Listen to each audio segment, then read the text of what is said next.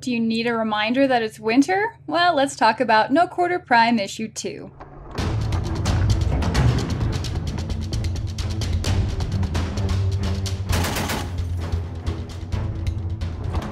Alright, so the next No Quarter is out, issue 2, and it's a fairly dense read this time, specifically because there are two major things, I think, that happen in this magazine that we should kind of talk about.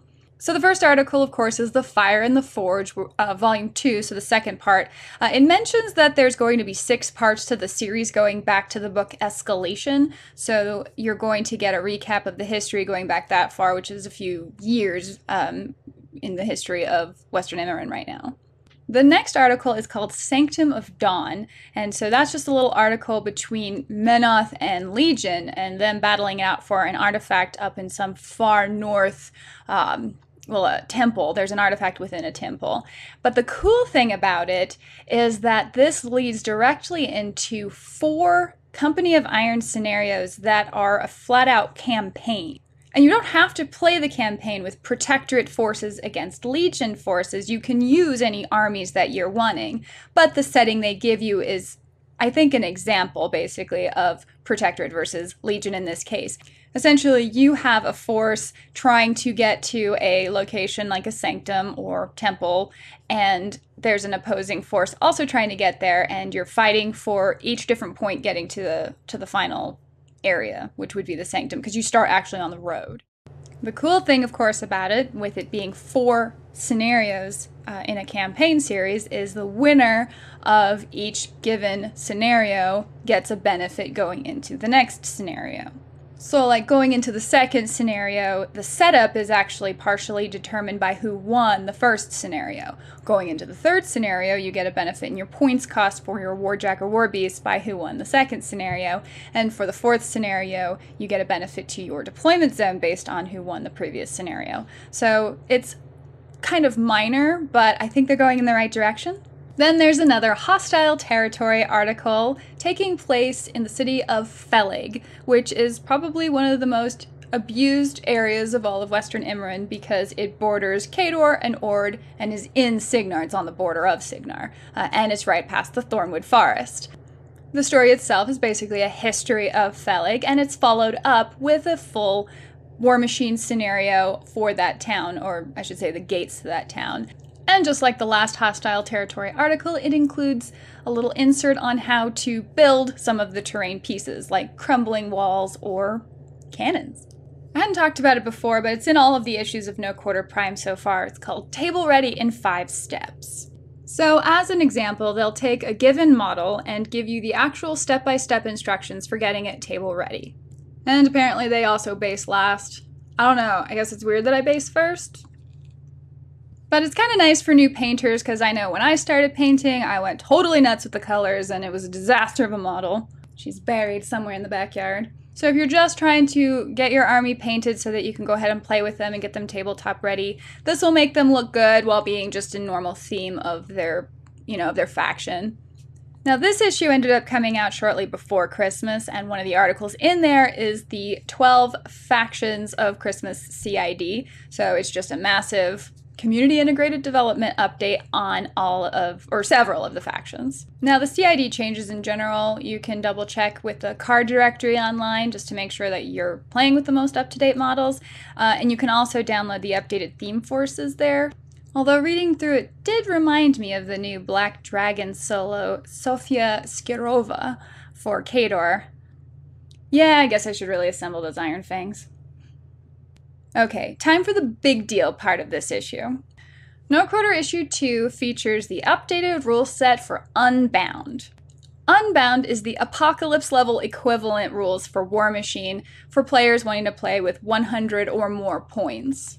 The way Unbound games are handled is you play with multiple detachments of 50-point lists. So it all has to be within your faction or mercenaries and minions that work for your faction, and each one is a 50-point self-contained list that all works together. Unbound armies can all have their individual themes, and you are still subject to the standard character restrictions.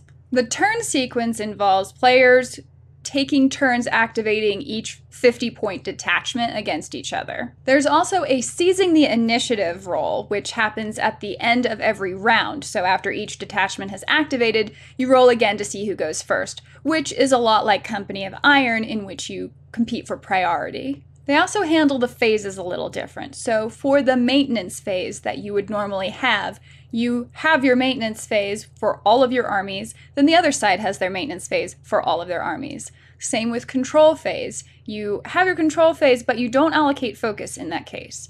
Then you actually have your activation phase, and in your activation is when you would allocate focus and shake effects like stationary or blind or whatever. And they also expand to the option of free-for-all games, which can have 3 or 4 players, and the team games, which can have 2 or more players on teams. Also, Unbound games are played on a 4x6 game board, as opposed to the normal 4x4. Because, 300 points of models on a 4x4 could get very cozy. But wait, there's more, folks! Unbound also features unique scenarios to the game.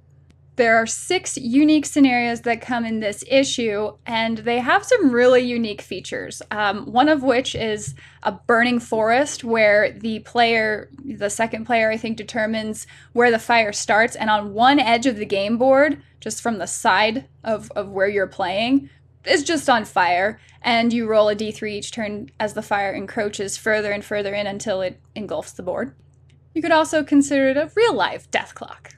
Another scenario is called Treasure Hunt, where you're trying to rummage through these ancient ruins in search of treasure and to escape with that treasure before the other side does. So I personally see a lot of potential in the Unbound games. Being able to play at the really high points levels, especially with the bigger and bigger models Privateer keeps putting out, does capture the imagination to me. So that raises a question. Consider this a petition, if you will. I want to know how much interest there actually is in seeing a recorded Unbound game, like in the full WarGamerGirl battle report style, all of the turns recorded and cinematically shot.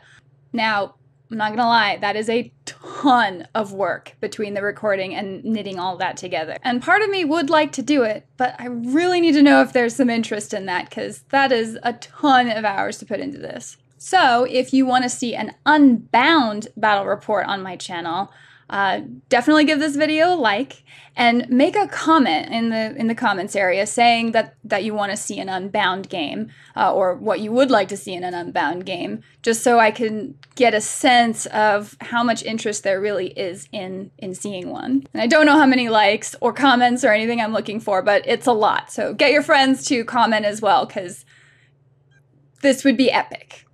You know you want to see it. We all want to see this. Not kidding. Comment if you want to see this.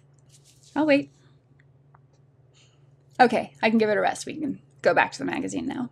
The next article is the Theme Force article. This is the Forces of the Northkin Trollbloods. It includes their history, sort of their culture, and the weapons they use, and their fighting tactics, and their complete love of alcohol, including what seems like a Kadoran blend to me. It's Vyatka, not vodka. Totally different. And the Theme Force also includes some inserts about specific special models in the game, which happens to include the Trollkin version of the Old Witch. Kolgrima's story started a long time ago when she was but a young Trollkin. She discovered she had powers as a child, but her parents did not like them, so she suppressed them. Feeling outcast by her suppressed powers and her annoying sister, she fled to the north to live in the mountains with a winter troll. There she learned all about her amazing powers of winter and coined a catchy song about letting things go. No one knows what happened to her sister. In all seriousness, though, she is actually a really cool new warlock. If I played trolls, I would probably play with old Kolgrima. And she also has a lovable pet owl named Ooglu. There's a small insert in there for Company of Iron giving you the requisition costs of the new releases. And 3 new themed War Machine scenarios taking place up in the North Scarsfell. The scenarios introduce a few terrain features or battlefield conditions, which are a new thing. For example, they give you the battlefield condition Blizzard, which means that if you're walking around on this blizzardy board, your models are suffering a negative modifier to their speed and defense. They also have rules for a frozen lake, which if an AoE hits causes a hole, an Ice Witch hut, which curses you if you are too close. You have to roll a d6 to see what happens. And also the terrain feature of a crevasse, which is just a big deep chasm, which if you get too close, you might fall in. And yes, you die. You just die if you fall in. So the new scenarios give you a few flavorful options for playing War Machine with your new Trollkin models, if that is what you're playing now.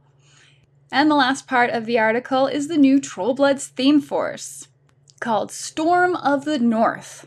The cool special rules for this theme force include making the non-Northkin Trollblood models Northkin classified Trollbloods for the duration of the game, and allowing your Warlock to just upkeep spells on those friendly models for free for, all game. And you can place a couple of snowdrifts. Well, that covers my Superfluous review of No Quarter Prime Issue 2.